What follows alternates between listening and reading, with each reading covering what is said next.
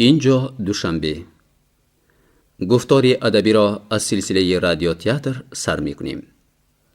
امروز ما به شما رادیو اینسینیروفکا را از روی پاوستی زین‌الدین دوستماتوف در دامن افق پیشکش می‌نماییم. ترجمه ستار تورسون.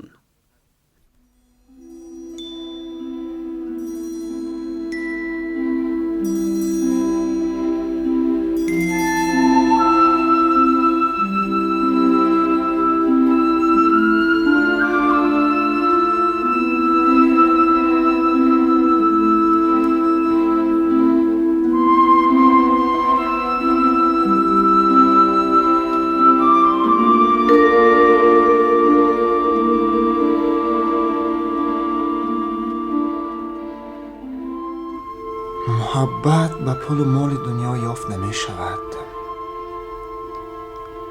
محبت چنان ناگهان می آید که کس بی خبر می ماند. گفته بود باری همکرس معادل. این گپی او جان داشتگی برین. اولماس در صوفه تگ چنار دراز کشیده خواب می رفت که دوستش جاوید می آید. آنا خلاص در اینجا خواب کردنی آمده بوده یکو. من باشم کی می بیاید گفته چشمم در راه چار بود. لبی رود رفته بودم. رفته امان دختر را کافته گیستیدی لیکن نیافتم. پروا نکن. در کوهستان دختر خوشروی بسیار. حضر در راه با یک تاش واخوردم. موی مرد ارزوهایم بلگشانم یک شیر چوب شده بود. انا همون رو با آهنگ در آورده چنون میخوند که دهانم واماند. خودشم عجب نازنین. روی مویش چشم کس رو خیره میکند. آوازش آنقدر شیرین که کس باش چی؟ به نزدیک صنف دوم رو تمام میکند. خودش هم عجب نازنین.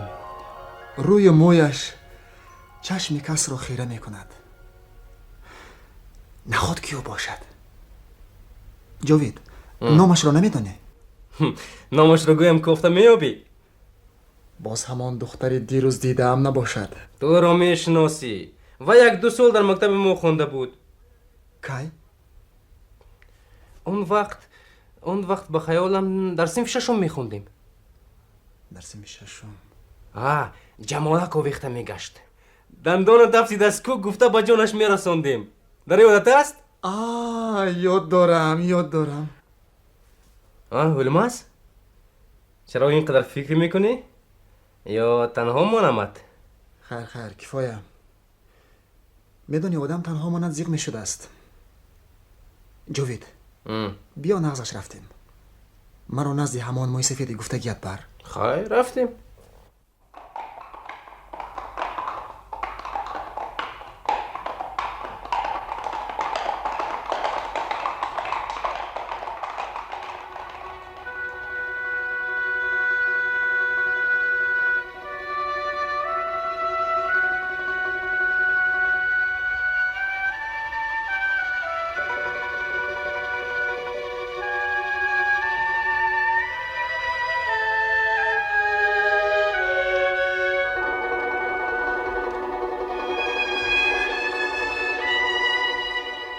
وقتی که اولماس و جاوید به قوطن قادرمک رسیدند هنوز تاریکی نفر آمده بود.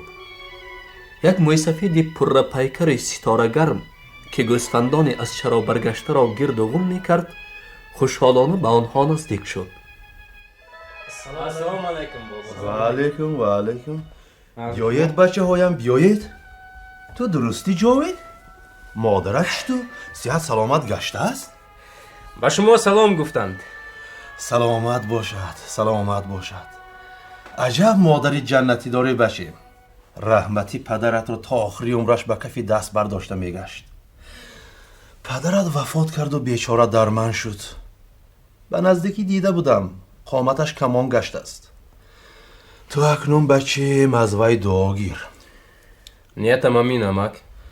کم نشو. فرزندی که دعای پدر و مادرش را گرفته است هیچگاه خوار نمی شود. بیایید پسر کنی بردمید. این دوست من در تاشکند میخوند. نامش اولماس. من باره به شما گفته بودم امک، در یاد دارید؟ پسر دوست مراد بابای اولطریقی. این خیل باشد همشهر بودیم که بارکالله پسر بارکالله. اوی دیگر شده این نشناخته موندم. 3-4 سال باز به این طرف آمده است. یک تماشا کرده رود گفتم. خوب کردی بچیم، خوب کردی. هیچ شادی نیست اندر این جهان برتر از دیداری روی دوستان گفته است شاعر. بله. مرا بسیار خرسند کردیتان. کنی مرحمت مرحمت مرحمت. به خیالم 6-7 سال باز همدیگر را ندیده ایم. و یک یگیدی 4 کس میدیدگی شده اید. من و پدرتان به وادی وحش همراه آمده بودیم. جوان مردی بسیار بقوت مهنتی بود. میشناختید ده امک؟ شناختن هم گپ. دوستانی قدردان بودیم. سالهای 30 از فرغانه همراه برآمده به اینجا آمدیم. درباره آبادانی وادی وحش مراجعت نامه چاپ شد و مردمی بسیاری به زمین کشایی کمر بستند. من و دوست مراد هم ناممان را بروی خط نویساندیم. از آلتیاریخ یک باره 100 خواجگی به این طرف راه گرفتیم. اطراف بیابانی سوخته. آن را از مابینش بریده فقط یک کانال آب میگذشت. اگر همین آب را به حساب نگیریم چیزی نبود که به این دشت جان می در آورده باشد. در هر 20-30 کیلومتر یگان قمیش کپه ها وا میخوردند. آدم کم بود. من به اطراف نظر انداخته هی فکر میکردم. در اینجا هیچ چیز سبزانده نمی شود. بیکار آمدیم گفت کدام از همراهانمان. من میکوشیدم که سیر بای ندیم. تو چی ها میگویی جورابای؟ آخر من و تو دهقان هستیم. من آب بوده است. آب و آبادی گفتند. تو به زمین نگاه کن بین که چی خیل بقوت. از این زمین زر برداشتن ممکن گفتم من. دل آدمان را برداشتنی شده. گرمسیل رویم را سوزانده میگذشت. بهارش همین باشد تابستانش چی خیل می شود. کشت را سراسر سوزانده میپرتافتگی است میگفتم در دل. با وجود این جوان بودنم را به خود پیشه کرده از دشواری ها چشم پوشیدم و دست آستین برزده به کار چسبیدیم. سال اول بسیار عذاب کشیدیم. سرپناهی درستمان نبود. با تاجیکان پهلو به پهلو مهنت کرده کمتر زمین گشادیم. ولی حاصل را نغون داشته بعضی ها دومشان را خاده کردند. زمین کشاده پخته کوریدیم و نیحال ها از روی آفتاب تاب آورده نتوانسته قوره کردن گرفتند. شبها خوابمان را زده چراغ سیاه در دست آبمانی می کردیم. خیلی عذاب کشیده بوده ایتان.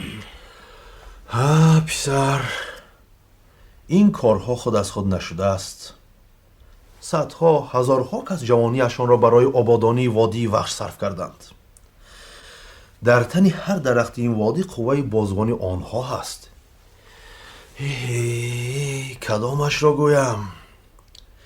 این جایها دوزخی تیار بود. حاضر وحش گوید در پیش نظر میوه های شکرینش میتابد. پخته مهین نخش چی؟ پوست قراکولیش چی؟ اولمس از آن که برای یک آچر که خوب موضوع یافته خرسند شده بود یا خود قصه این جای گردیدن پدرش را پرتر فهمیده گرفتم میخواست مگر که از دهان قادرمک چشم نکنده آرام نشست. با کار دیپلمی اولمس یاردم میدیدی امک؟ من امک ایجادیات دهانی ازبک های اینجا را مختنیم. از روی گپی جاوید شما بسیار چیزها را میدانسته اید. نیتتان بجا پسر. به شما یاری داده توانیم سرمان به آسمان میرسد. حرکت میکنیم. اولمس به نویسندگی میخواند. شعر مینویسد، افسانه مینویسد. بسیار خوب، بسیار خوب. گپ‌های به نوشتن میارزیدگی فراوان. این طور باشد اولمس جان یگان هفته مهمان میشوید. هرچی دانم میگویم. در دهات همسایه هم آدمانی دانا بسیار. من خودم شما را همراه میبرم монда шудам нагӯед бас. раҳмат амак, раҳмат. маслиҳататон айни муддао. ҷовид ба қӯтани худаш рафт. улмас дар хонаи қодирамак монд. кампири қодирамак ҳавои тоза хӯрда хоб равид гӯён барои ӯ дар суфа ҷога андохт. шумо бемалол хоб кунед. ман аз қӯтан хабар гирифта ба аспам ем медиҳам.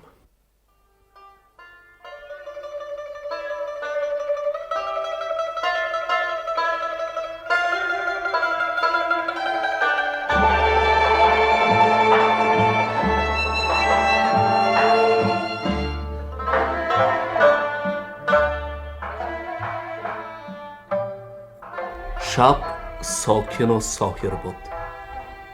хониши чирчиракҳо ба гӯш форам мерасид. болишти лағжидаро ба таги сараш кашида, ситораҳои бешуморро ки дар гирди моҳи мунаввар парешон афтода чашмак мезаданд, дуру дароз тамошо кард. ҷилои моҳ табассуми ширини он духтари ношиносро мемонд. вай ҳоло дар куҷо бошад? ӯро кай вомехӯрда бошам? аҷаб мусаффо будааст осмони ин ҷойҳо.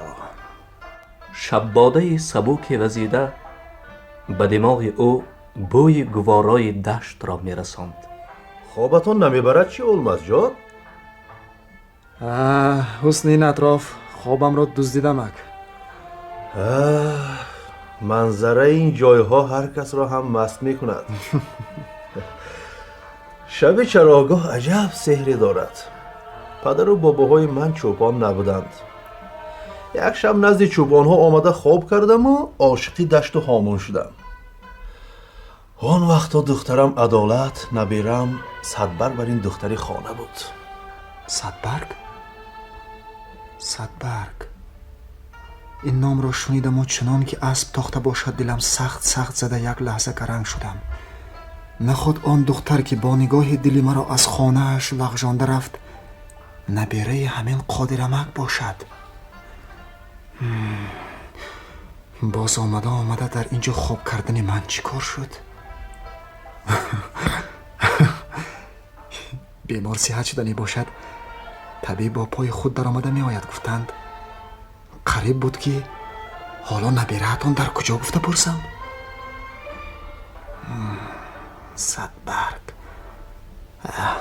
Садбарг дар дунё якта неку. шояд набираи Қодирамак дигар Садбарг бошад.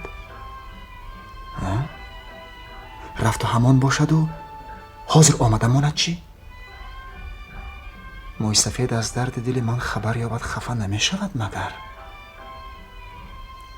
чаро хафа мешудааст? дӯст доштан охир гуноҳ неку. хобатон омад чӣ олмазҷон? хоб куҷо амак? амак бемалол бошад ягонта афсона мегуфтед. майлаш писар, майлаш.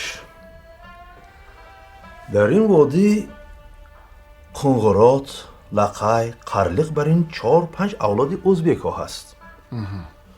онҳо ривояту афсонаҳои зиёде доранд. ман бисёрашонро медонам. лекин афсӯс ки навишта наметавонам. барои чӣ? барои навиштан аввало вақт дар кор. сониян роҳу равиши навиштанро ҳам донистан лозим. хулоса сабабаш бисёр. набошад ягонтаашро нақл кунед. писарам дер шуд ку. хайр, майлаш. як достонча.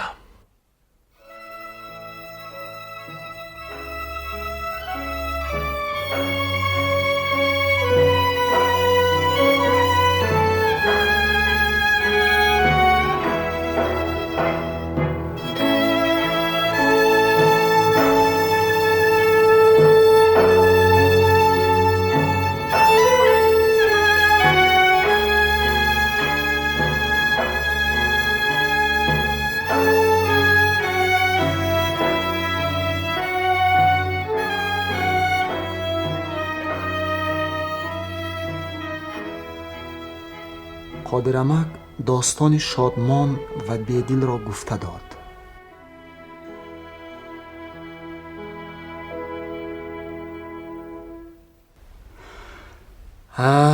عجایب بوده است قادرمک. امشب همینش بس. پگاه خدا خواهد داستان کلیازو گل میرزا را میشنوید. خیر، شبتون خوش پسر. شب شما هم خوش امک.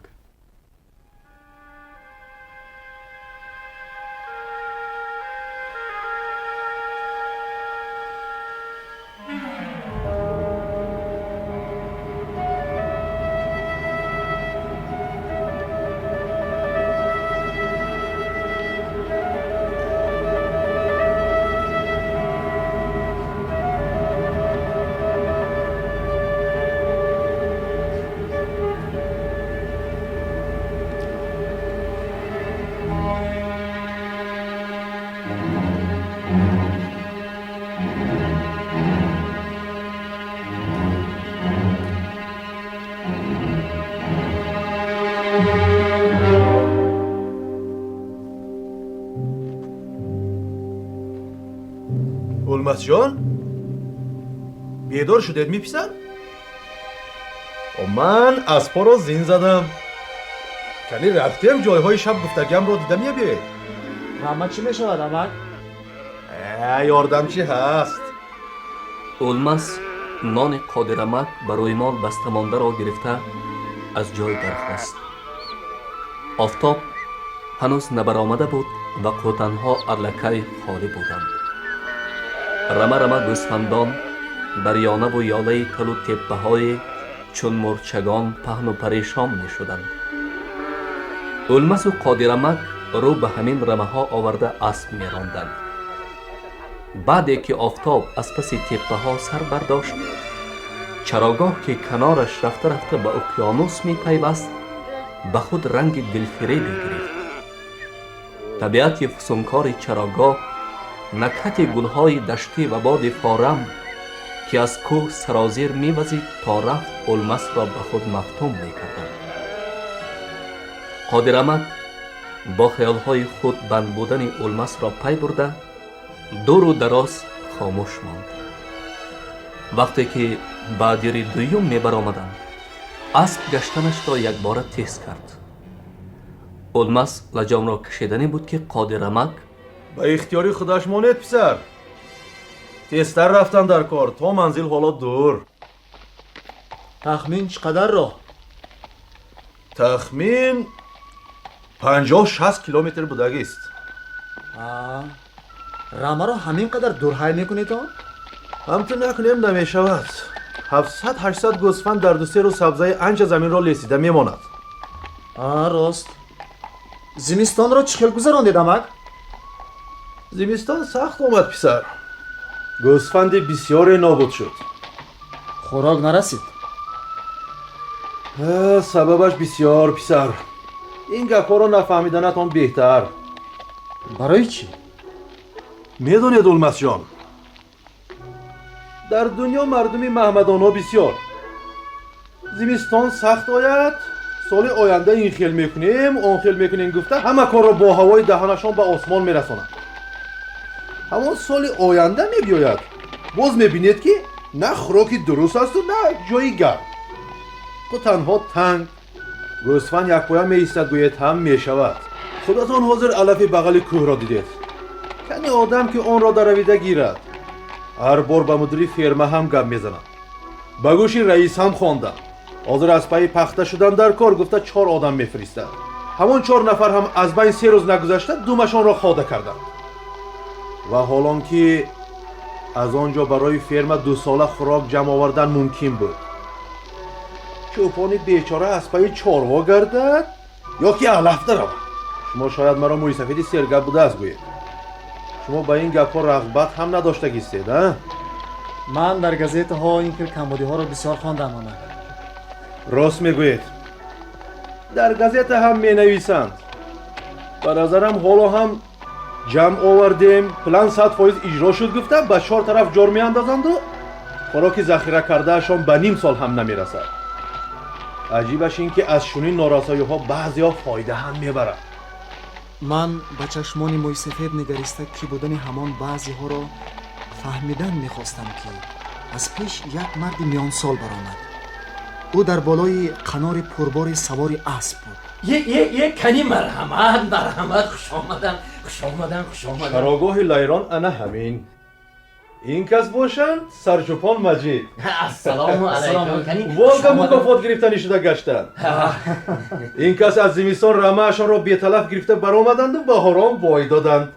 10 گوسفند فربه‌اشان را گرگ برداشته رفت. چی لاش قادرمک. با وجود این رمه من از رمه دیگران دیده سرشماره.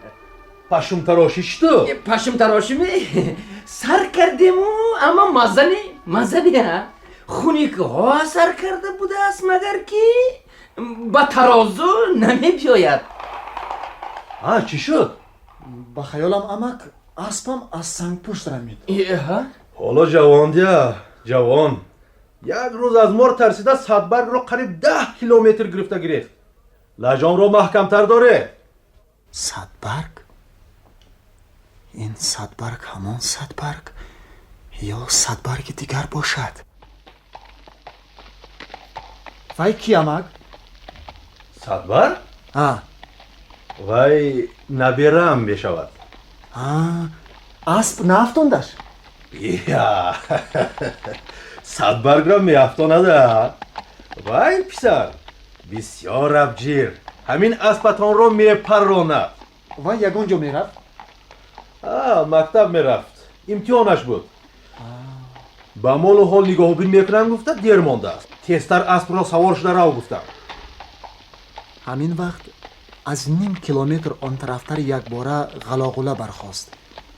گوسفندانی که چریده میگشتند پریشان گردیده تیر بر این به هر طرف میتاختند. قادرمک اشاره رفتیم کرده به صغری اسب تازیانه زد.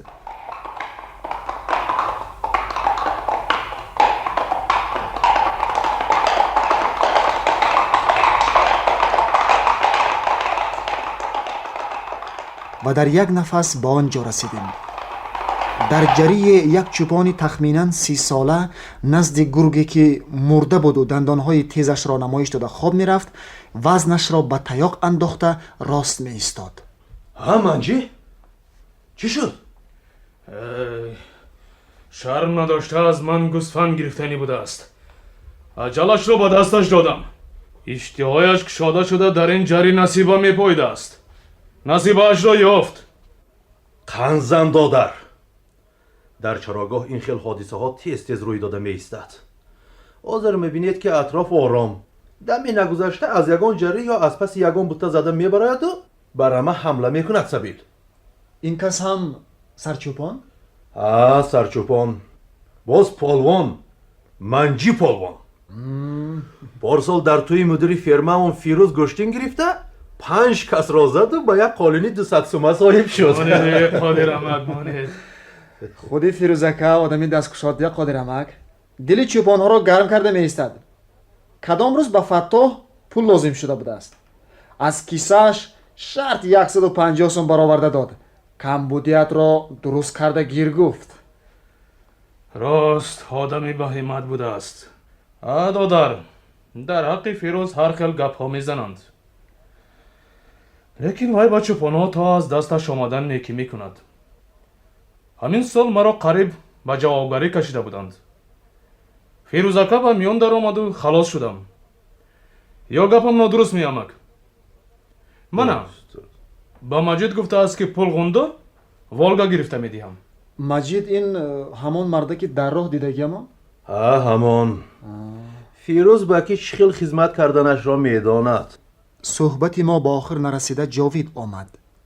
وی رمش را در چراگاه همسایه میچراند. چی گپ منجاکه؟ باز یک تا پوست تیار کردم. فامیلیتون بیوده بریف نیدیه؟ در یک ماه 3 گرگ را پوست کندید. منجی که از برای کارش شاد بود اسبش را یرغه داده از آنها دور شد تا که گوسفندان پریشان گردیده را گرد و غون کند. زیق نشدی علماس؟ زیق شدن کجا؟ در شهر دمم گرفته گشته بودم.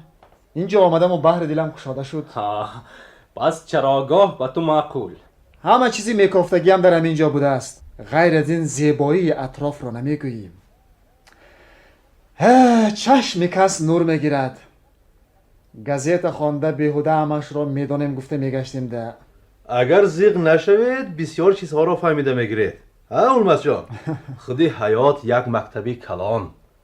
ما چراگاه را خوب تماشا کرده نفهمیده ماندیم که روز بیگاه شده است. وقتی که در تردد رمه ها را به قوطن راندن افتادند، جاوید همه ما را به مهمانی دعوت کرد.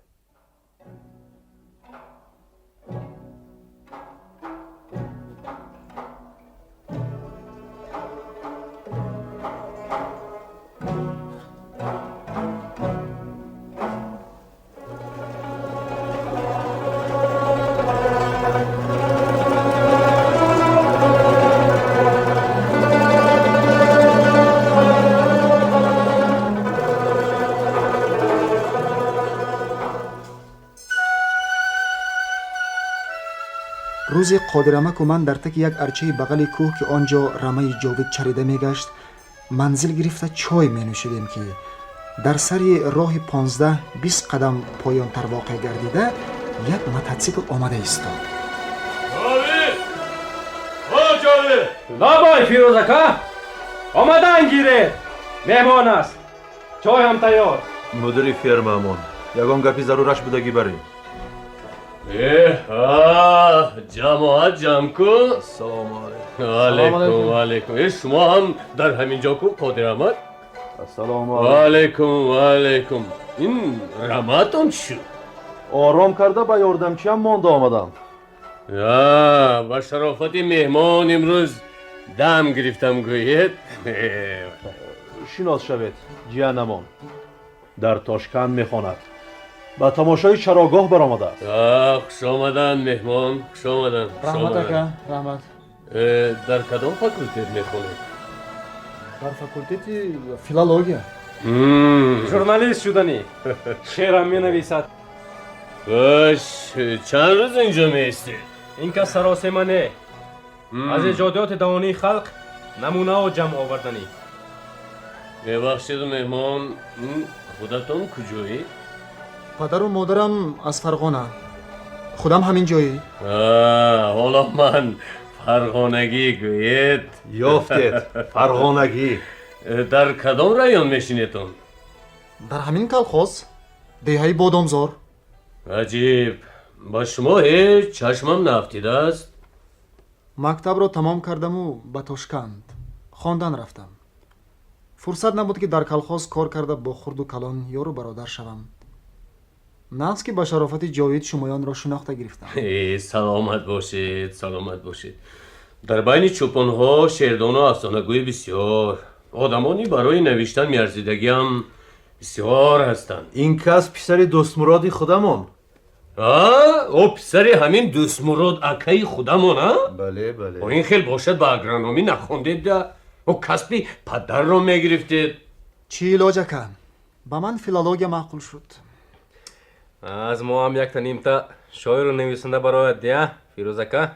راست میگوی. از خودمان برآمده ما را این تو درستتر کتاب کرده نویسد و در یک کنج دنیا همین خیلی آخه چنگ خورده خواب میرویم.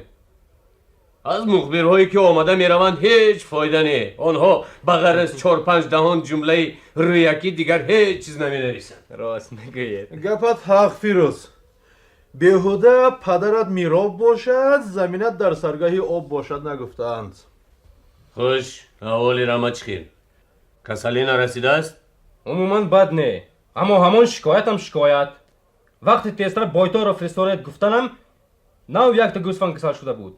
از بین یک هفته گذشت و نه از بایدار درک نه از زواتکنیک. حاضر 5 تا گوسفند کسل. از تو همی فقط شکایت میشنوم.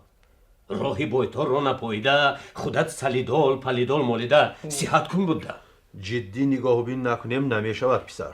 از رمه من هم 2 گوسفند قطر شده است. پیشگیری کردن در کار. کارم بسیار وای از یادم برآمده است. حاضر از این دیده کار ضرورتر است مگر. خیر تو هم در همین حالت به من اکنون عقل نشو. از رایون کمی جیغ میزنیم دیده میبرایم. این کار هر قدر تیزتر شود همان قدر بهتر. خوب. تشکیل میکنیم مهمون رو خونه ما گرفته نمید امد صحبت میکنیم. مدیر فرم خود به خود غرم کرد و موتورسیکل سوار به حوله مجید در آمد. مجید در یک خانه‌چه تنگ پشم تازه میکرد. اوی مجید، این کجای تو؟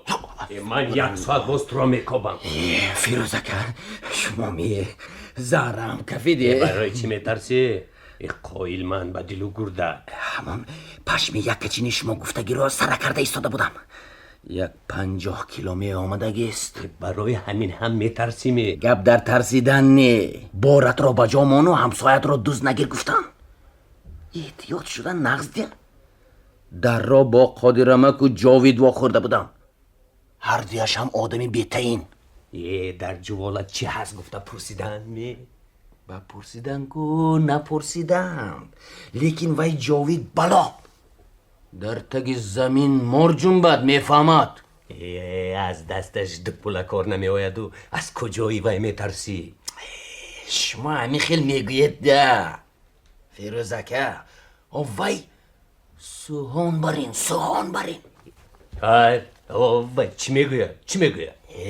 کدام روز در بالای دپولا گپ سرخ و سفید شدیم. میگوید که چشم فیروز تقاید از بین همین قدر چوپان فقط تو را میبیند. من حیران شدم. بعد فهمیدم همان 200 سومی او روز اید به من مکافات گرفته داده اتان با وی علم کرده بوده است. تقاید خطی تو یگان گپ داریتان میگوید. گپ من باشد تو چی کار داری گفتم. راستی و کارش چیه؟ باب کردی. تو جانی آدم هستی مجید، جانی آدم. به همون جسارت زمستان نشان دادد من حالا هم قایل. فیروزمک وقتهای آخر دلم خود به خود غش می شود. خیالم که به لبی جر رفته ماندم و کسی مرا تیله دادنی. مبادا که راستی سرنگون شوم. ترس مادری مرگ گفتند. خودت را به دست گیر. دیروز آمده ایستم از پیش راهم قادرمک و انوی یک جوانی ناشناس بر آمده من. دوستی جاوید بوده است گویا. از چی باشد که به من معقول نشد؟ سببش معلوم. وای در حولی قادرمک منزل گرفتگی. مغمبره. برای این نه. پنهان کردن چی لازم؟ میدانم رشک چیزی گنده. هوشیاری نغز دیم. این گپت جان دارد. هوشیار شده کرد. وگرنه نفهمیده میمونی که نان دهانت را بای دادی. کاری کرده آخرش بخیر شوده. 3-4 شب باز خوابم هم درست نمیبرد. انا شب خواب بینم همین جاوید همراهش یک میلیسه را گرفته آمده است. میلیسه تپانجهش را برآورده گنی پیشتر را میگفت. نایلاش صرف را آورده بیرون برایم. وای ماشینی بالا پوش. سوار نشوم گفتم. سوار میشوی جایی تو همین جا گفت میلیسه. سرکن و پاکن گریختم. جاوید قطعی میلیسه از پسم سر کردم. از کجایی وای شایرچه هم پیدا شده مرا داشتنی بود که به دهانش یک لغت زدم. دهانش پوری خون شد و یک قد پریده بیدار شدم. او را میزنم گفته پایم را با پشتکی کت زده گرفتم. شب بازنه درد میکند. پروا نکن. من باشم با تو دستی هیچ کس نمیرسد. خدا را شکر آبرو دارم. 100 جاوید بر اینها یک شوند هم از عهده یگان کار برآمده نمیتوانند. دلیر شو. واقعا امروز همان دوستمان میبیاید. خوش پرکرور با گپ آوره شده قریب بود که فراموش کنم. این گپ را شنیده دهان مجید به بناگوشش رسید. به قول تقایش متکای آنها همین پرکرور. سکه فیروزمک کی میبیایند کی؟ طرفی بیگو جاوید را خبر کن دوستش را هم خانه گرفته میروی. خوش بیگذار کی بودن ما را دانسته گیرد. این تر باشد به عزت مهمون رسیدن در کار. همتت را میبینیم ده؟ وای آدم از من دیده به تو بیشتر در کار میشود. یگان چیز گرفته روم چه فیروزکه؟ از همون گوسفندانی از حساب بیرون یگانتش رو نفهمونده به خانه میرسانی و خودت گوشت و پوست میکنی. بچشم بچشم. خیر تو بدتر برو. خوش. من رفتم. رئیس رو هم خبر کردن در کار. خوش.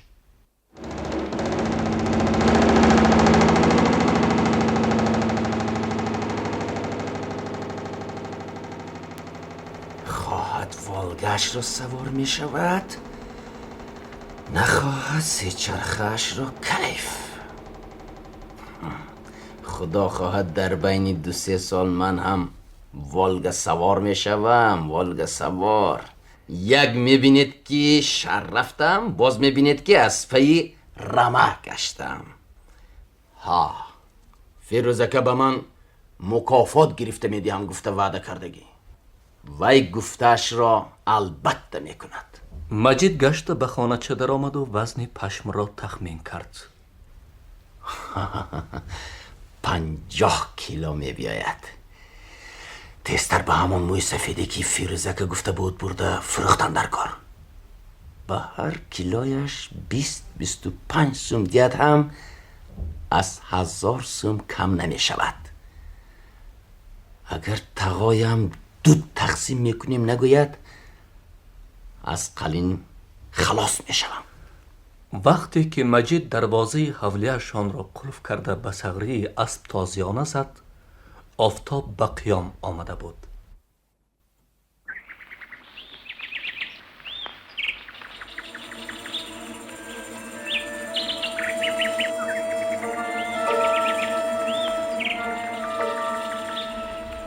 بلبل چشمه، عجبا طبیعت چقدر زیبا است.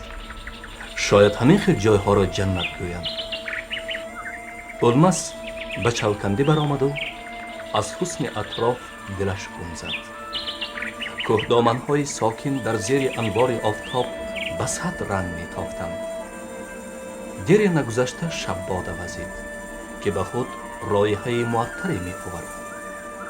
وی از هوای فارم بلبل چشمه به حلاوت نفس گرفته به اندیشه رفت. چرا آدمان همین خیلی جایهای خوشمزه را پرتافته به شهر می‌گریزند؟ برای چی صدها سوم خرج کرده کفکز و قریم رفته می‌آیند؟ در اینجا کلخاز یگان سناتوری یا خانه استراحت سازد که می‌شود. آیا کسی از این خصوص فکر می‌کرده باشد؟ یا به این کار قوت کلخاز نمی‌رسد؟ چرا؟ حاضر کلخازها به قوت از عهده هر کار برآمده می‌توانند. مصالح بناکاری هم کمچین نی. اقلاً 6-7 خانه ساخته پیره‌ها و درخت‌ها را به ترتیب آورند. عجب جایی می‌شود اینجا. سلام مولا الماس. سلام فیروزکه. فیروزکه؟ لبای منزل بسیار زیبا بوده است. برای همین هم شما را به اینجا تکلیف کردم. در شهر آدم بغیر از بناهای بسیار قبطه دیگر هیچ چیز را نمی‌بیند. بهر دلتون کشاده شود گفتم. رحمت فیروزکه، رحمت. منت دارم. این دنیا دادر 4 روزه دنیا. یافتگیمون رو با یار دوست با هم نبینیم خوابمون نمیبرد. هر کس هم شما بر این مهنت دوست شده نمیتوانستگیست. کم نشویده که. رحمت سالی نیست که پلانی گوشت، پشم و پوست قراقلی رو بر زیاد اجرا نکرده باشیم. پارسال کلخاز از گوسفند 650,000 سوم درآمد گرفت. امسال قول دادیم که 400 تانه پشم میسپاریم. الکای 75% پلان سالانه رو بود کردیم. تا آخری 3 ماهای سیوم از 100% هم میگذرانیم. نقص کو؟ گوسفند پروری ساحه سر درآمد بوده است. هر سال مکافات میگیریم. 4 تا الفتی هم میکنیم ده. چی گفتید خادرمک؟ هر کار وقت و ساعت دارد پسرم. مک همین الماس جان اگر وقت داشته باشند و 10-15 روز ایستند این نه فقط افسانه بلکه در حق فیرمامون یگان کتاب نوشتنشون هم ممکن. همین خیلی نیت هم دارم. آها. در حقیقت به نوشتن میارزد. فیرما پیش قدم. مدیرش نه فقط در کار بلکه در آدمگری هم استخوان نداشته است. همین وقت جاوید همراه 3-4 کس به چوکندی برآمد. فیروز اولمس را به آنها شناساند. دادرمون در تاشکند میخوانند.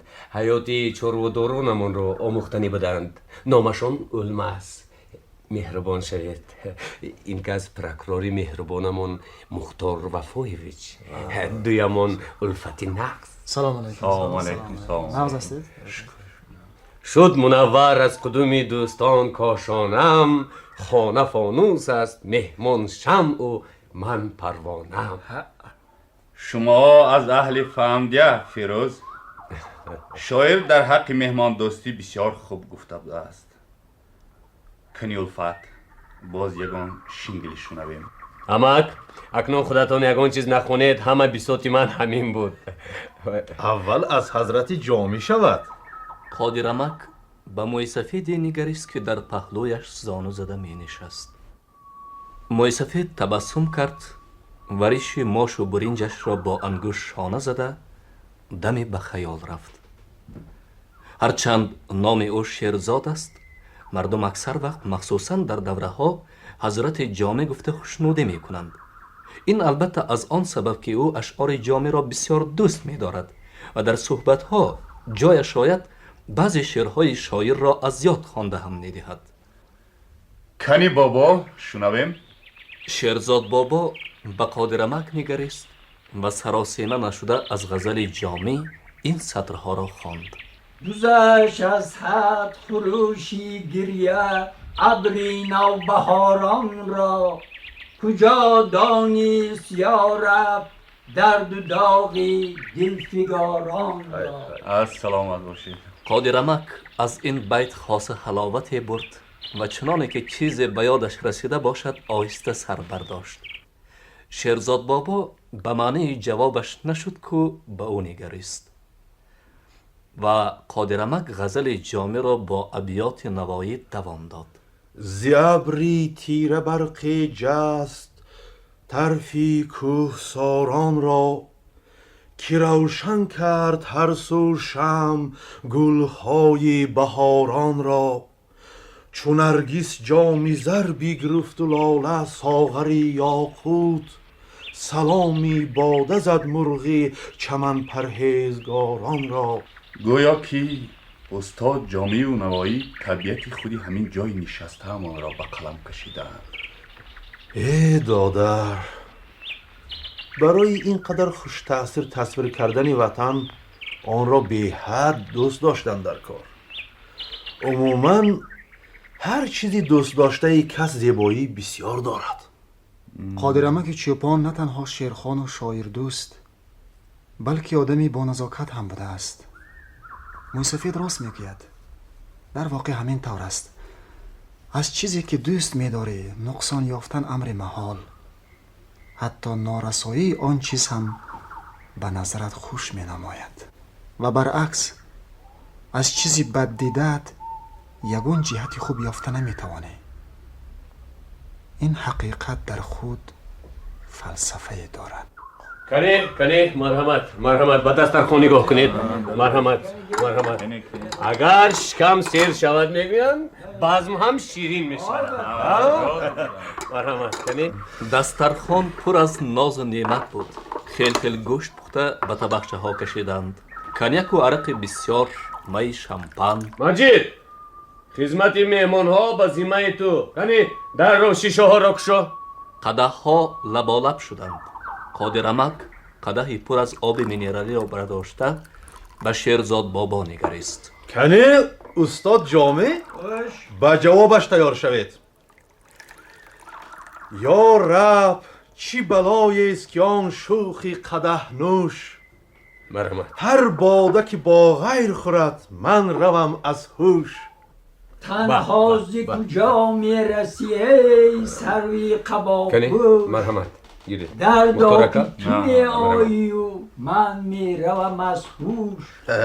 آنها قدح‌های خود را جنگ انداختند و دیگران پیرو شدند و بعدی که از ناز و نعمت کم کم تمتع کردند صحبت گشته تفسید.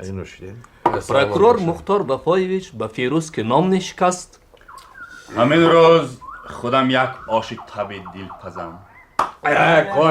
کاشکی خوشین از همون آشی در کلی کم سوالی پختگیتان رفت و ویران شود چی؟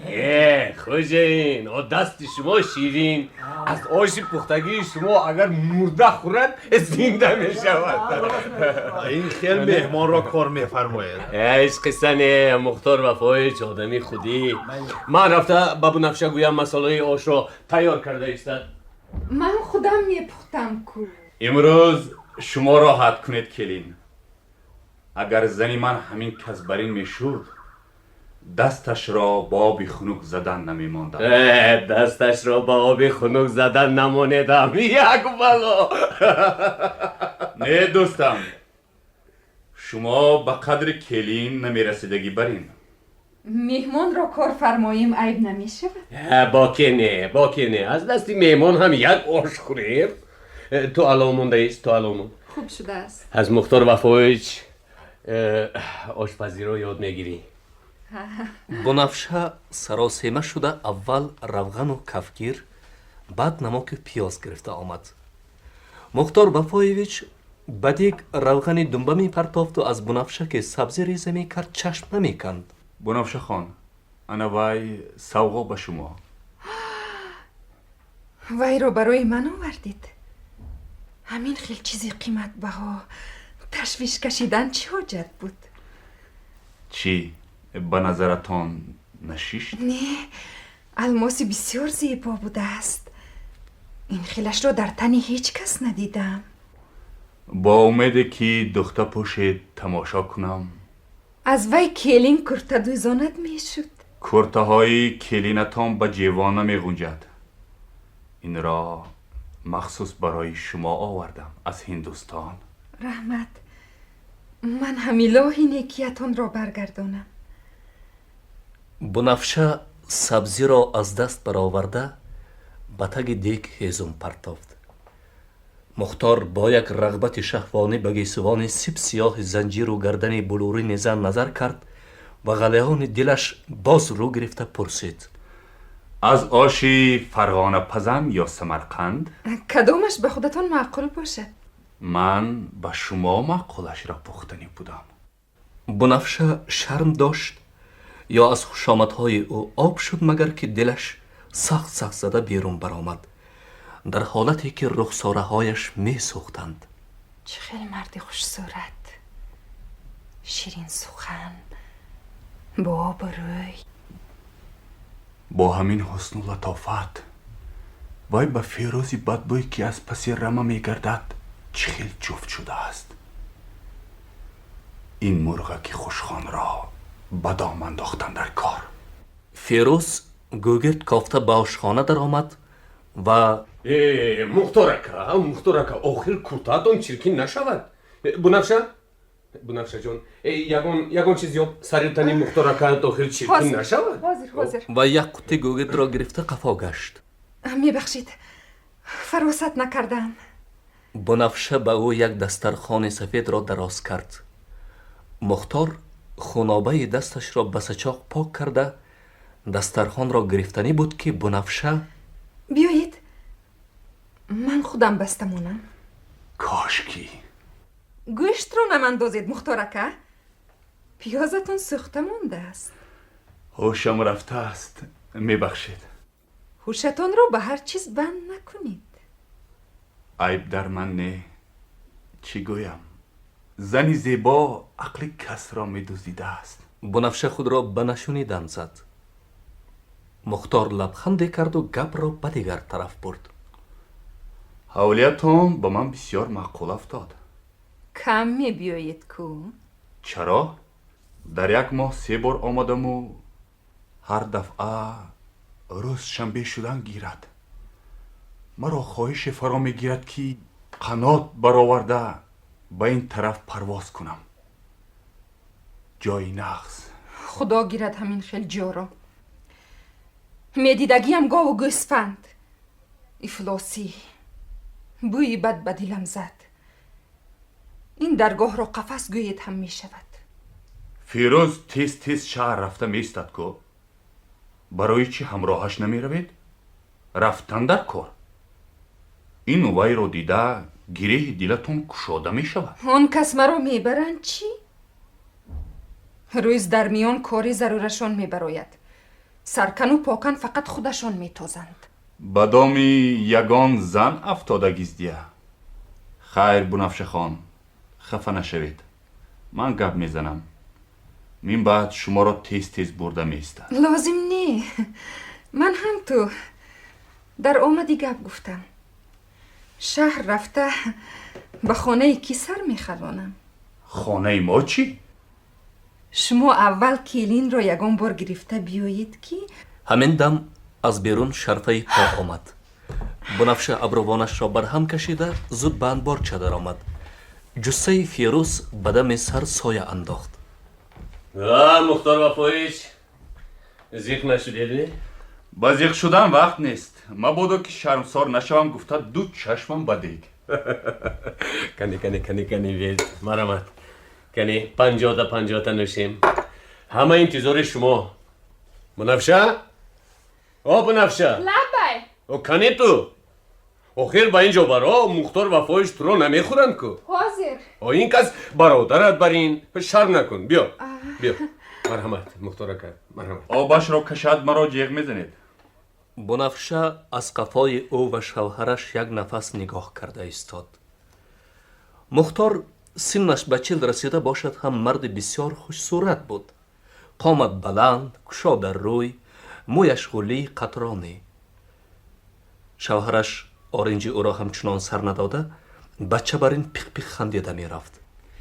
این خانه سوخته ابریشم شده است کو؟ در اطرافش پروانه نشده مرد و خوش آمد خوجه.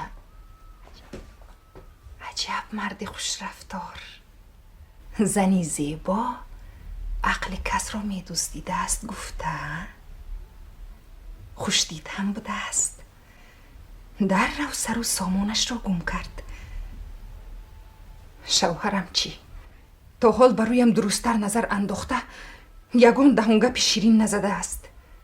به وی همون شهری های رویشان یک قبض روغن باشد بس. برای چی دلی من روز به روز از شوهرم خنک شده ایستاده است؟ چرا وی مختارکه بر این شیرین سخن نی؟ اون کس بزن چقدر مهربان از او عبرت گیرد میمورد مگر. پس از این واقع بنفشه به هر یک رفتار و کردار شوهرش اعتبار میدادگی شد و فهمید که معامله شوهرش به نسبت او خنک است. بنفشه که حالا همه این را به یاد آورده خیال آمیز به آتش تگ دیگ می نگریست زیر لب چی؟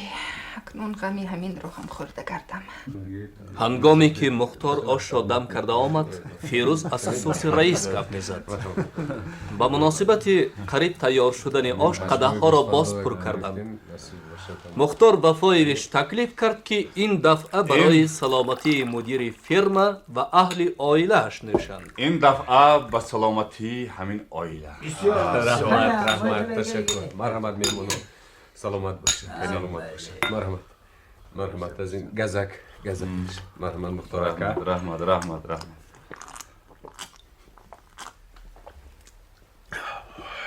مرحمت گزکی. مرحمت. رحمت کنی میمونانی عزیز. مرحمت. کنی. بسادت مرحمت نزدیک. مرحمت پدر. مرحمت کنی. کنی گیره کن. آش با فکرم آشپز دست گیری. آشکی پختگی. دستتون درد نمیده. فهمیده. کنی آشخوری تمام شد و قادرمک و شیرزاد بابا و جاوید رفتند. اولماس همین جا خواب میکنید گفته فیروز رفتن نماند. پس از فرصتی قرط بازی سر شد. اولماس تا آخر بازی شیشته نتوانست و برخواست لبی حوض رفت. در آنجا چند جاگه انداخته بودند. وی لباسش را کشیده در یکی از جاگه ها دراز کشید.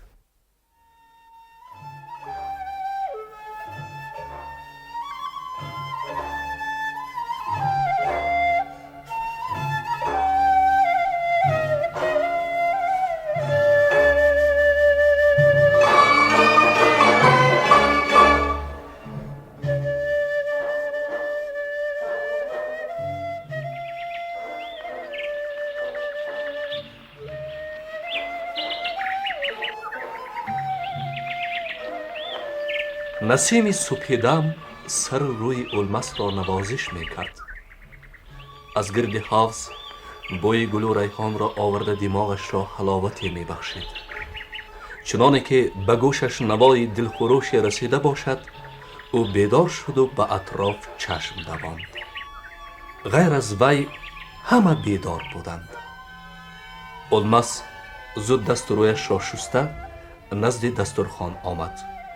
یک پیاله چای نوشیده ننوشیده از درون به کاسه ها خوراک گرم آوردند. کنی مرحمت مهمانو، مرحمت. داروی دردی سر. مرحمت. نزدیکتر شدید. مرحمت. کلین را بیهوده آواره کرده ای مختار که آخر برای شمایان برای مهمانان عزیز آوارگیش هستمی. او کلینتون خودش میداند که شما مستوبه سرجوقات را نقض میبینید. من با وی هیچ چیزی نگفتم. ارزخانه دارم که علاقه دیگ جوشیده استاده است. مرحمت.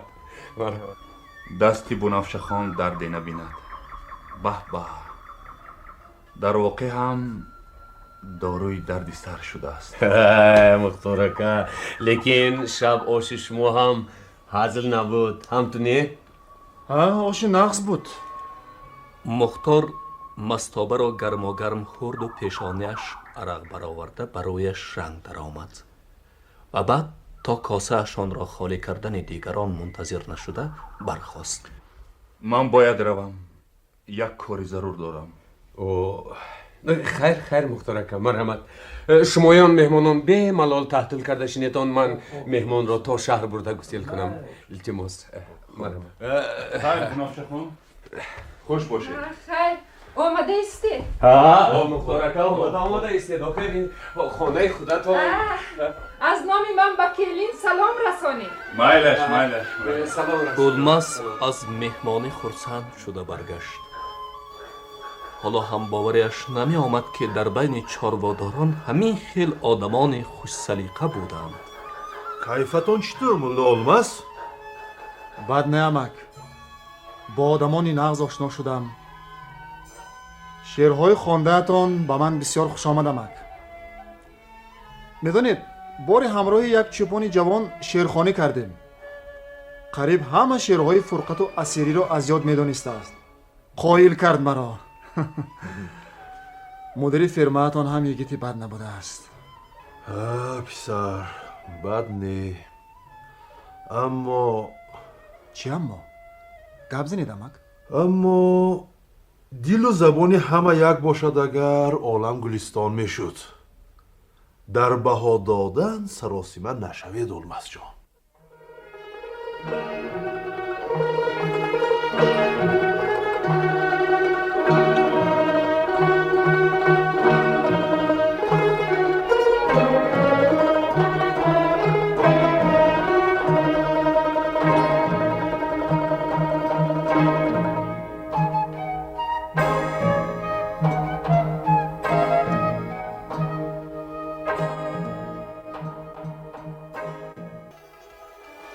اولماس به قوتن قادرمک در بالای جنجال رسیده آمد. فیروز، قادرمک، یک مرد اصحاب بغلدار و باز دو نفر دیگر پریشان راست می ایستادند. در سفرهش نانی خوردنی ندارد و منیش رو بینید. به تو بدگمان کس گپ نزند میفارد نباشد نی. چوپان ها مردرمند هم پروا نداری. بس اکنون کار رفته بر استخوان رسید. تراکتوری ویرانبرین بسیار غرغر نکن تو. محتاج نباشم از تو ناکس میپرسیدم. احتیاط شو که باز دخونت را ندرانم. ناکس ها؟ شاخت چند تا؟ خیرمان نوشته دی خانهش را بود کرده گیرد. 2 کوب تخته قطی فرما کم بغل نمی شود. شما با من مصلحت ندیدمک. چوب تخته گفته گشتگی ها بسیارند. با این دی هم دیگران چی میگویند؟ خودش همگی 20 کوب نمی براید. یا اول چوپان هایی با مال دولت دلشون میسوختگی گیرند؟ من چی؟ به حولی مجید 10 کوب برده پرتافته ای کو. از همون دی چی میشود؟ حالا به مال ملک دولت دیگران دلسوز شدند و من نی. ناانصاف. تو چلاق از خودت گله کن. با مال دولت دلت سوزد همین قدر گوسفند رو نابود نمی کردی. چی گفتی ابله؟ کی نابود کرد؟ من نابود کردم؟ برای چی روز من به همین ها ماند؟ برای چی؟ برای کی؟ گپ زن. سوانقول اکنون خراس میزد و آوازش نمی برآمد. به چشمانش اشک حلقه زده بود. این مردک کی؟ سوانقول خودت را به دست گیر. به تو هر چقدر تخت لازم باشد من یافته میدیم. یعنی به حولی در دمت را راست کرده سانی میروی. درو قادرمک او را زوران به خانه‌اش درآورده دسترخوان گشاد. سوانقول یک پیاله چای نوشید و علمش کمی فرو نشست و به اولمس نگریسته مرا عیب نکنید دادر. از سوختنم طاقت کرده نتوانستم. گل عمرم با چوپانی گذشت. همیشه کوشش داشتم که یک گوسفند را 2 تا علاجش باشد 3 تا کنم. برای مال و ملک خلق شده جانم به نظرم نمی نمود. هر سال در گزیته ها تعریف می کردند. لیکن چی علاج بختم بر نگشت و در بوران مانده زیاده از 30 گوسفند را گم کردم. پایتان هم همان وقت؟ همان وقت. جان آدم این ذات سخت می شده است دادر. از یک مردن ماندم. پارسال دادر زمستان بسیار سخت آمد. من این خیلی زمستان سیر برف را در عمرم ندیدم. بورانش را نمی گوید. خاشاکی ذخیره شده به 1 ماه نرسید. به اداره کلخاز خبر رساندیم. همین مدیر فرمه‌مان همراه رئیس 6-7 ماشین خاشاک گرفته آمدند. رئیس کمبوده ها را دیده مدیر را کاهش کردند و وعده دادند که به اختیار فرمه 10 ماشین دهند. فیروز از نام چوپان ها به رئیس منتداری بیان کرد. ما گمان کردیم که اکنون روزمان به می شود. لیکن وی همراه رئیس رفت و دیگر صورتش را نشان نداد. قریب 1 هفته نه از خودش درک شد و نه از خاشاک. 600 تا گوسفند 2 روز در قوطن خاک لیسیده خواب رفت. بعدش طی کنم گویم برف از زانو بلند. یگان بوتخار هم به نظر نمی رسد. آخر نشد به جانورها رحمم آمد. 5 کیلومتر دورتر یک دره بود. عادتاً برف آنجا کم می شد. گیاهش بسیار. رمه را پیش انداخته رو به همون دره نهادم. در راه جنی همین فیروز مجید را دیدم که سمندش را سوار می آمد. بخیر؟ گفته پرسیدم. از پای زندگی اگر نه در این دشت هر را مردن ممکن. این جانورها را کجا میبرید؟ گفته سوال داد. نیتم را گفتم. وی لحظه حیران شد و گویان به اسبش قمچین زد و رفت. گوسفندان چنان که چراگاه را پزمان باشند با توششان برف را تیله داده جست و خیز کنان پیش می رفتند. گرگنداز و ارسلان از 2 چیترمه می گشتند. به جای گفتم تیز رسیدیم. خطا نکرده بودم. برف دره کم بود است. گوسفندان برف سبک را تیت کرده گیاه یافته می خوردند. نصف روزی اوضاع هوا ویران شد. اول شمال خنک خیست، بعد بوران آمد. رمه را گرد و خون کرده به طرف قوطن گرداندم. کمی پیش رفتم و به نظرم گوسفند کم نمود. شمردم 7 گوسفند نیست. قفا گشتم. زمین و آسمان سبز سفید بود. برف در بعضی جایها به میان می رسید. با وجود این پیش می رفتم. شمال برویم دامن دامن برف آورده می زد. هوش و یادم به گوسفندانی گم شده. ناخواست به یک چقوری پر برف افتیدم. خودم را به دست گرفته تگی برفی گرد اطراف را پلماسیده بینم یک گوسفند برآمد. جانور خود را به چقوری زده زیر برف مانده است. دو دستان گوسفند را زود کشیده برآوردم. باز دویمش را یافتم. پای چهارمش را گرفته کشیده ایستاده بودم که 1 متر بر این پایان لغزیدم. پایم رفته به سنگ اندرمان شد و محکم به یک بوته چسبیدم. نگاه کنم پایان یک زاوی کلان. اگر سنگی تگ پایم کنده شود از 100 جانم 1 تشم نمیماند. تا بهار آمده برفها آب نشوند زن و بچه‌ام مردم را هم یافته نمیتوانند. با علاجی از تیاقم مدد گرفته به بالا حرکت کردم. نهایت خودم را در جایی هموارتر دیدم. لیکن اعضای بدنم می سوخت. مدار پیش رفتن نداشتم. بعد فرصتی همه رگ و پایم را یک کرده برخواستم و گشته تا میانم به برف غوطیدم.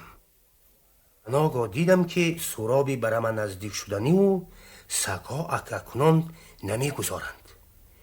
چشمم سیاهی زد. دیگر هیچ چیز را دیده نتوانستم. اکنون به گوشم فقط ناله جانخراش ارسلان می رسید. سگ خود آدم بر این داد می زد. گویا امداد می طلبید. زور زدم. باز 1 قدم به پیش انداختم.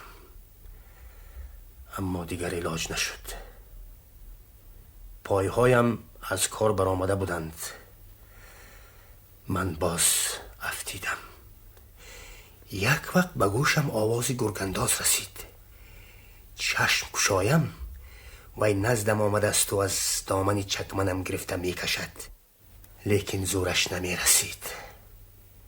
سپس سگ پیچ و تاب خورده خیلی عکاس زد و ناعلاج برویم نگاه کرده ایستاد. مداری راه گشتن ندارم وفادار. گفته توش آن را سیله کردم. حتی جنبیدن نمیتوانم. سگ روی گردنم را بو کشیده آبی دیده کرد. بعد 4 طرف را از نظر گذراند و در یک دم غیب زد. من نفسم را راست کردم و گوک کشیده 2-3 متر پیش رفتم و یک بار سرم چرخ زد. روی برف غلتیدم. دیگر هیچ چیز را نمیدانم. چشم گشایم در قطن نزد گلخن خواب رفتم. بدنم مخصوصا پایم وزنین، آهن برین. بچه هایم مرا حلقه گرفتند. دختر کلانیم خرسن شده اشک را پاک می کرد. هر چی سبوکت داده؟ به او جواب داده نتوانستم. لبانم به هم نمی چسبیدند. به اطرافم نگرستم. مادری بچه ها نمی نمود. کرامی کابم دخترم فهمید مگر که دختر رفته می بیارم. گفته رفتن.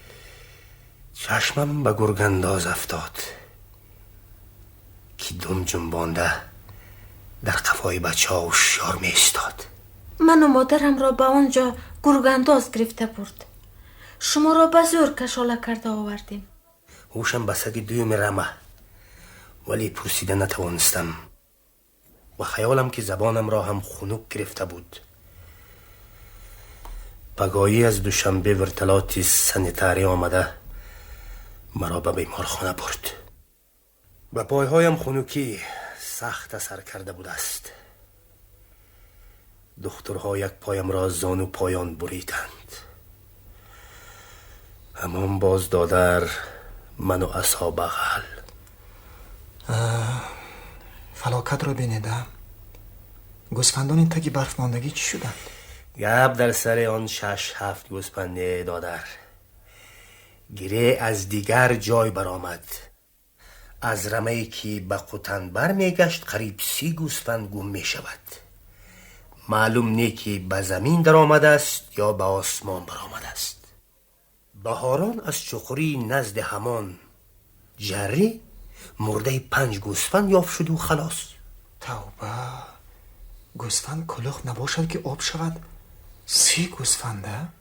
گپ هم در بالای همین دیه. بعدی که مرا به بیمارخانه مانده آمدند، بچه ها از چراگاه مرده ارسلان را میابند. از روی گپشان وی را زده کشتند. با ارگن خبر دادن لازم بود. خبر دادیم پسر. پس از 3-4 روز این واقعه همراه مدیر فیرمه من آدم ارگن آمد، ولی هیچ چیز را انیق کرده نتوانست. در این بین باز سوانقول بیچاره بای داد. فیروز مسئله را خوابانم مبادا که شما را حبس کنند گفته سوانقول را از کالخوز 1,500 خرجدار کرد. همین قدر گوسفند تماما بیدرک شد؟ از یگان کس گمان هم ندارید؟ کس با چشم خود ندیده باشد از گریبانی که می‌دارد. من حالا هم به یک چیز حیران شده گشتم. همان روزی که فیروز میلیتسیا گرفته آمد، گرگانداز قریب بود که او را از خکرتکش گیرد. به زور آرام کردیم. پیش این خلوی عادت نداشت. چرا این گپ را پیشتر به من نگفتید؟ گویم چی کار میکردی؟ فیروز را دوست میگرفتی چی؟ بیهوده. راست میگویید. حکایت غمانگیزی او را شنیده نیت کردم که اصل واقعه را میکشایم. البته میکشایم.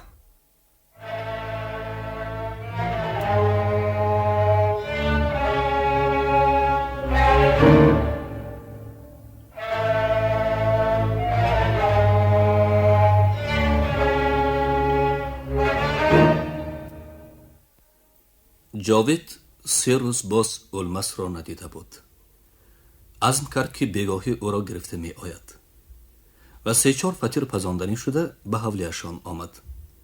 اما مادرش نبود. به خانه درون نگریست. در روی کت زرنگار خواب رفته بود. از چهرهش نور می بارید. دختر که تا حال همچون خواهرش بود در این لحظه به چشم او بسیار زیبا و از چه باشد که آینده بانوی خانه و درش می تافت.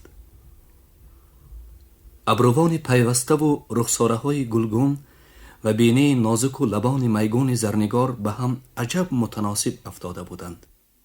جاوید قفا گشت و بیخبر ماند که چایجوش از پیش پایش پریده رفته به لگن کنج خانه زد و زرنگار یقت پریده بیدار شد. شمایید؟ جاوید اکا امان کی اومدید؟ حاضر. این خیلی گنده نگاه نکنید. چرا از من شرم میداری زرنگار؟ من به تو نگاه نکرده نمیتوانم. آخر امروز نباشد پگاه. باور کن زرنگار، انا گوش کن که شاعر چی گفته است. تا عمر بود در هوسی روی تو باشم ور خاک شوم خاکی سری کوی تو باشم. چه از داغی فراقت شعله حسرت به جان افتد، چنان آهی کشم از دل که آتش در جهان افتد. بلا چه؟ تو این شعر رو از کجا یاد گرفتی؟ از صدبرگ و این رو با آهان برورده چنان میخواند که صدبرگ خوندن میرفت هستم؟ تو هم خوندنی؟ ندونم. شما همه وقت در چراگاه از قفای رمه میگردید. من هم برآمد خوندن روم. از احوال خالم کی خبر میگیرد؟ چی گویم؟ میترسم. از چی میترسی؟ از چی میشد؟ دینگاه میجوشیدم که مدیر فیرمتان اومده بایطور قطی دور و دراز گپ زد. بایطور نامتان رو گرفته از وی احتیاط شدن در کار، بچه شرطی گوی. گپ های در مجلس گفتش رو شنیده بودی کو؟ گفت فیروز باشد. محمد دانوگیش به سری خودش آب میریزد. ریشه وی رو کنده پرتافتن آسان میگوید. اونها مرا ندیدند. وقتی که فیروز میرفت بایطور تعیین کرد که او از آشنای شاعرتان هم احتیاط شود. چی؟ شما در نزد آنها یگان گناه دارید؟ گناه هم همین که کمبودی های فرما رو کشود و روشن برایشان میگویم. من با آنها بدی و بخیلی هم نکردم. زرنگار از این جواب او گویا قناعتمند شده بیرون برآمد.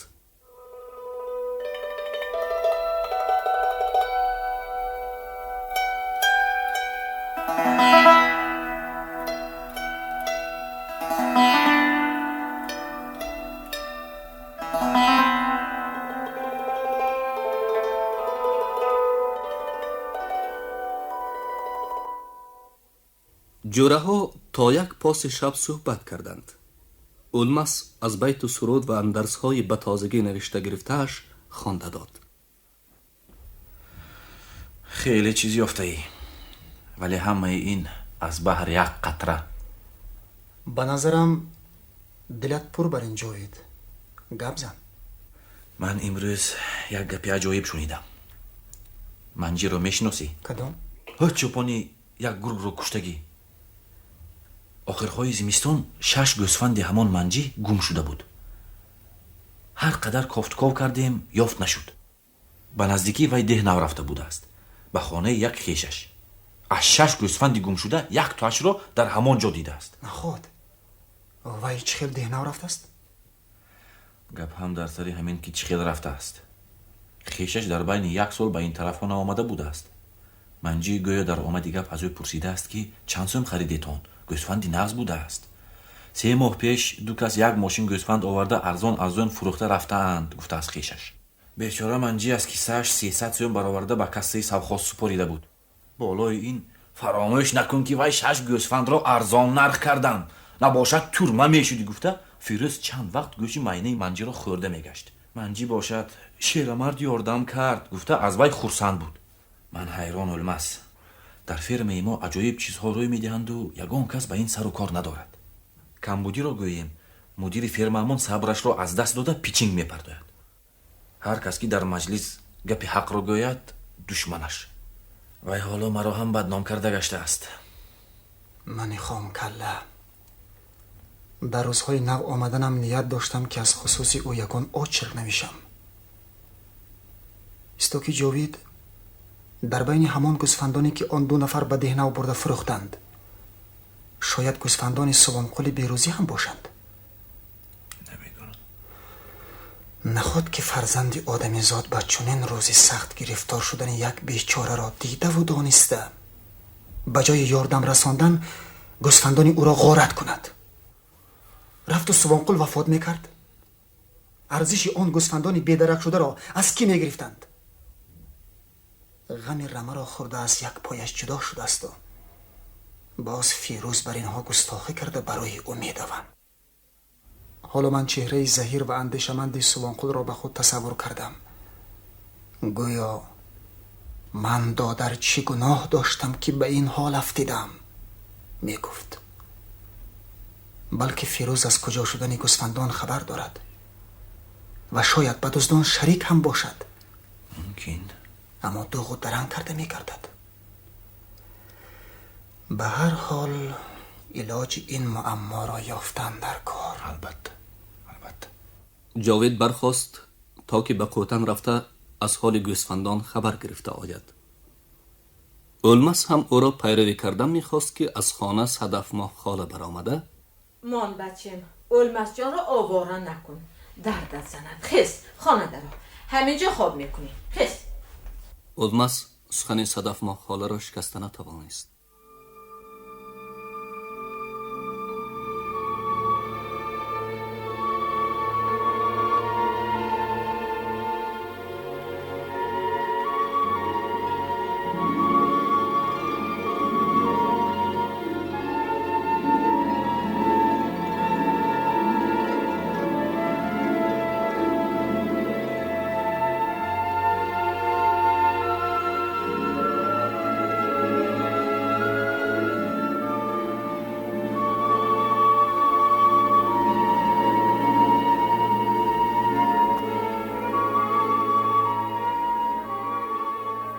پگاهی دست و روی شسته اکنون به سر دسترخوان نشسته بود که زرنگار پیدا شد. در دستش ستیل شیرجوشی داشت. کی اومدید اولمس اکا؟ دین بگاهی. خولم همینجا. زرنگار دخترم اینجا بیا. همین قیماق را نزد اولمس اکا بردمون، من چای دم میکنم. بیا. دختر از درون یک پیاله قیماق آورده روی دسترخوان گذاشت و باز در جای اولش نشست. صدبرگ رو دیدید؟ چی بود؟ وی شما رو پرسیده بود. شما رو پرسیده بود؟ برای چی پرسیده است؟ همین وقت یک چاینک چای برداشته صدف ما خاله آمد. زرنگار چای را گردانده به اولمس و پیرزن یک پیالگی دراز کرده گفت فیرما رفتنم در کار. خیر من رفتم. صدف ما خاله مدتی از قفای او با مهر نگاه کرده ماند. به زرنگار عادت کردم از عمرش برکه یابد و را یک روز نبینم سر کلابه هم گم می شود. این خیل باشد تستر توی کنید می شود بچه می شود. یک قطره بر این کم بوده هست. همان را که بود کردیم انا بعد خودت سر می شوی توی جورت. دختره که نغز بوده است. ها بد نی. دختری خواهرم. الهی برکه یابد کار کن به دست پا. اولمس که جهتهای خوب زرنگار را الکی پی برده بود خیالاً او را به صدبرگ قیاس می کرد. نه صدبرگ زرنگار بر این خوشحال و کشادرونه و دختری وزنین، اما هر یک حرکتش چنان که در خود سحری داشته باشد بسیار دلفریب است. تبسم جانستانش چی؟ محض همین تبسم بود که به یک بار در دل من آتشی افکند. زرنگار از صدبرگ ماندنی ندارد، فقط این که یکی خندان رو و شوخ و جسور، دیگری اندشمند چون آهو رمنده. آره هر دو هم به طور خود زیبا و ارزندند.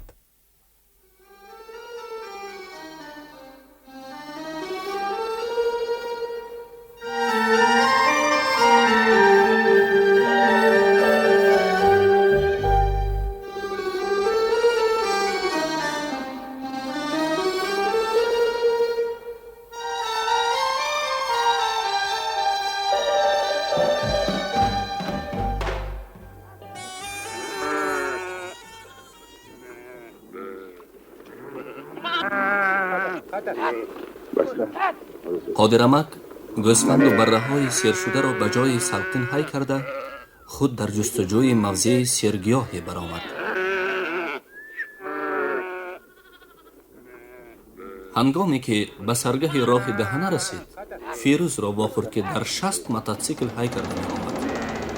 وی چنگ راه را به آسمان برداشته در نزد قادرمک یک باره ایستاد. اسب مویسفید رمیده قریب بود که او را از زین چپه کند. اینقدر سراسیمه هستید فیروز؟ در این احوال به خون یگان بیچاره ضامن شدنتان ممکن؟ کار بسیار ده امک. گرم چشمه رفته ایستادم. چوپانی باز گفته جاوید رمه را پرتافته رفته است میگویند. سبب؟ دل نیت مردم این زمان را فهمیدن دشوار. قهرشون در نوک بینیه شد. نه فیروز، جاوید این خیل آدم نه. یگان سبب جدی نباشد. سببش این که خانه دار شدنی بوده است. از کلخوز 300 سوم قرض گرفته دیت میگوید کمو کاستش را بود میکرده است. مادامی که در همین کلخوز کار میکند از کی یاردم پرسد؟ آخر کلخوز به جای پدرش هم به جای مادرش هم. امروز اینش این گفته بیاید دیم، پگو ویش وی گفته بیاید دیم و فرمای دولت در 4 روز فترات میشود کن. گپی گفتگی هم همین. دختر نغز میدیده باشد از دست یگان یگیت گرفته گریخته نمی رود تا تیرمو منتظر می شود. فرم هم کلخوز هم رفیق مدیر با همین خیلی تا آباد. دلی مردم را به دست گرفته توانی کار البته پیش می رود. نباشد نه. با جاوید معامله بیجا کرده ای. امک با شما گپ فهمانده نمی شود. آن روز طرف سوان قل را گرفتید امروز باشد. دانسته ماند که رفیق مدیر من تمام عمر همراه مردم بودم و در آینده هم یک کم مخاف شدنی نیستم. مردم و من چی؟ من کی گفته گشتم آخر؟ شمایان حالا که بودن فیروز را نمیدانسته اید. من پرکورور بر این آدم را به دست گرفتگی هیچ وقت سخنم را نمیشکند. همان مردمی تو میگفتگی دانسته مانند کی. وی خیر خوششانسی کرده با غضب موتورسیکلش را به راه درآورد. قادرمک با حیرت از قفای او نگاه کرده ماند. گپی کس را به دو پول سیاه نمیگیرد این بادی. کارش والگا و موتورسیکل رانی، بدمش داده نمیشود. عجب جسور خود دانم، وگرنه یک کلخوز کلان به یکی 2-3 کوب تخته و به دیگری 300-400 سوم داده نمیتواند چی؟ مویسفید صورت جاوید را پیش نظر آورد که شب و روز با دلی پر از آرزوهای شیرین میگشت. قادرمک با پدر او چندین سال همراه چوپانی کرده بود. جان آدم بود رحمتی. جاوید هم پدرش برین تنده با غیرت در گرفته میستد. خوب کرده است که وی به این کار خیر میان بسته است. تا کی مجرد میگردد؟ آخر جوان مرد در عمرش یک دفعه با آرزو و هوس خاندار میشود، دختر میگیرد. این طرفش دنیای با امید باشد. ناانصاف. گپی بد هم گپی نقص هم آخر از دهان میبراید. به جای بد گفتن دل برداری کن که بچه یک عمر از تو منتدار شده گردد. قادرمک با همین اندیشه ها اسب میراند.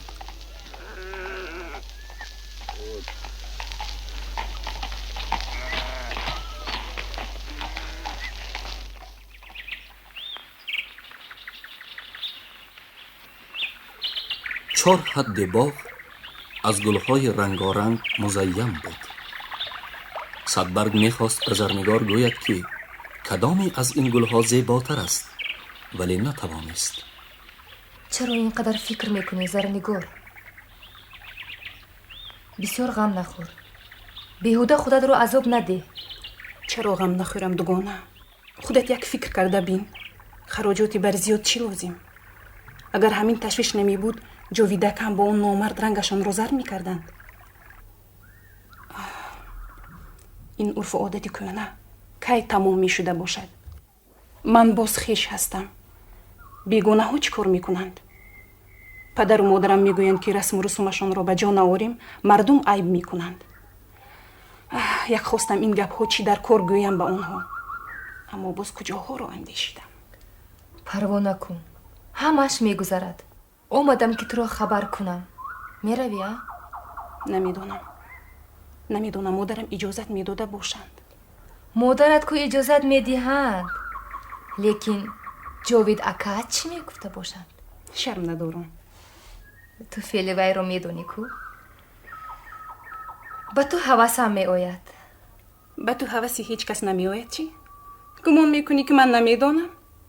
پنهان کردن چی لازم؟ به نزدیکی توی میشده ای؟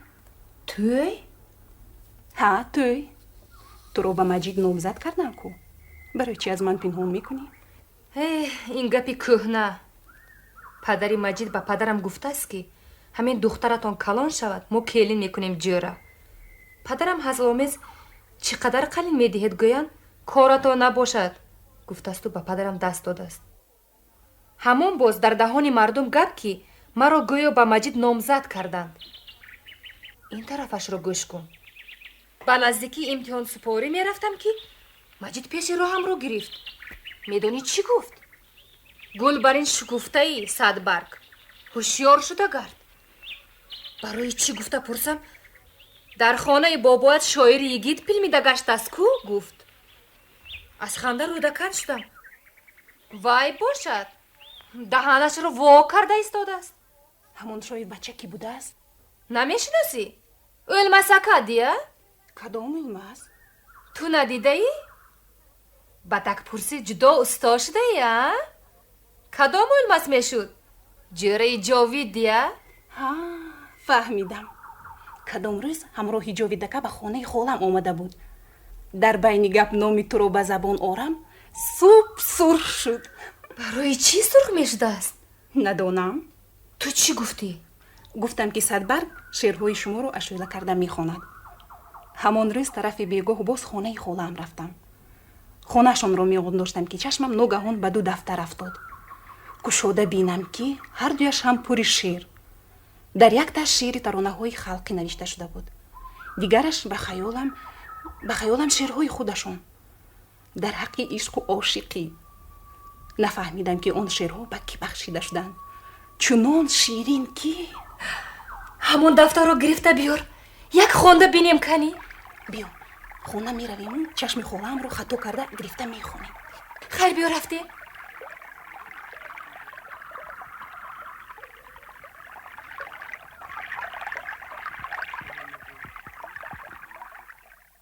чаро ҷовид қаҳр карда маро партофтааст? барои он ки 300 сум қарз доданд ё не? ин хел кардан ба ақл рост намеояд. шояд ки дар байнашон ягон гапи дигар шуда бошад. рафта фаҳмидан дар кор. улмас ба гарм чашма омад, вале ҷовидро наёфт. ба маркази калхоз рафта будааст. бо Садафмоҳ хола аз ину он гап зада менишаст ки Зарнигор хандон ба ҳавлӣ даромад.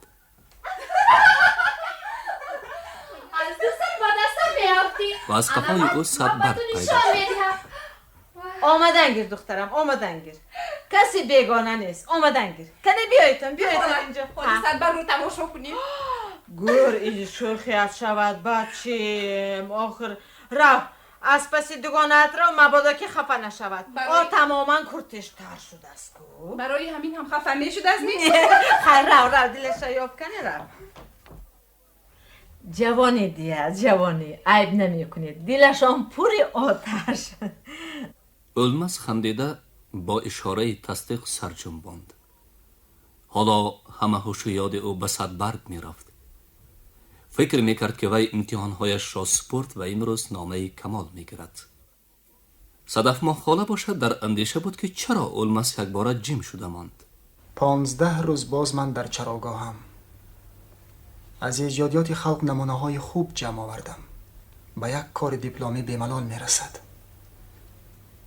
پس مرا در اینجا باز چی نگاه می دارد؟ چی؟ توبه نفهمیده ماندم که 15 روز چه خیلی گذشت. اولماس باز صدبرگ را پیش نظر آورد. زرنگار کجاست؟ بلکه آنها این دم گفتگو دارند. گفتگوی محرمانه. از چه خصوص گپ می زده باشند؟ کاش که من سحرگری می بودم و خود را به پروانه تبدیل داده نزد آنها پریده می رفتم و در گردشان دور زده از سیر و اسرارشان واقف می گردیدم. مانده شده بود مگر که اولماس زود خواب رفت. مرا شرمنده کردی زرنگار. حالا صبر کن. در نزد جاوید اکا تو را چنان ایزا دهم که خودت بله گویی. مرا ببخش دوگانه. آخر من از کجا میدونستم که در خانه اولماس اکا هست؟ خیر میبینی دیه؟ جون دوگانه مرا میبخشی یونی؟ کنی گوی گپ زن بخشیدی ها؟ او گفتم که من خبر نداشتم. بو وجودین از گناه هم گذر. به حقی همون یگید. به هر حال دانستم که من از تو خفه. چرا میخندی؟ ما شیرخانی آمده بودیم و اون دفتر رو چخیل میگیریم. خودش در خانه بوده است. تو همین جاییست. من حاضر میبیایم. صدبرگ با زرنگار در یک جا تولد یافته در یک جا کلان شده است. فقط این که زرنگار از او 1 سال کلان. وی مکتب رو پارسال تمام کرده بود. امسال به فاکولتت زوتکنیکی اینستیتوت خواجگی قشلاق غایبانه داخل شدنی. جاوید گفته است که خودم هم همراهت رفته یاردم میدیم. چه خیلی جفتی خوشبخت.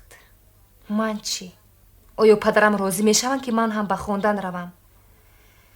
نه، مادرم رو به گپ انداختن آسان.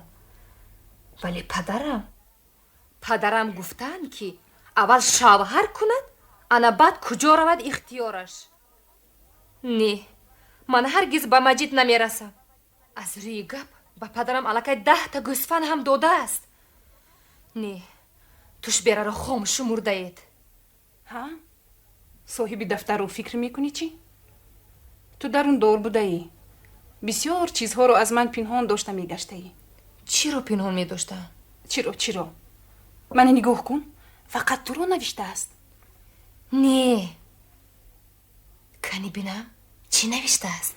اول گوی مرا بخشی یا نه؟ хайр шуд. акнун ту чӣ гуноҳ кардӣ ки ман бахшам? ҳарду рӯи майса нишастанд ва дафтарро як варақ зада шеърҳояшро аз назар гузаронданд. гуфтам ку туро навиштааст. акнун бовар кардӣ? не агар ҳоло ҳам боварият наояд худат боз як бор хонда бин. ман дафтарро ба даст гирифтам. ҳар як мисраи он шеър чунон ки оташ бошад гармӣ мебахшид. садбарг, ҳа, ту зебоӣ. агар ман мардбача мешудам медонӣ чӣ кор мекардам? хайр, кани шунаве? туро ба ҳеҷ кас намедодам. аз они худ мекардам. ман розӣ набошам чӣ? падару модаратро ба даст мегирифтам. маҷид барина? ёфтӣ? не, зарнигор, ман ба вай намерасам. мебинӣ. ман аввал хондонӣ ҳастам. ана мебинӣ? хонда шудӣ? биё оҳиста бурда ба ҷояш монам. сабр кун. боз камтар хонам. ин чӣ? ана ба ин шеър нигар. кокулонат.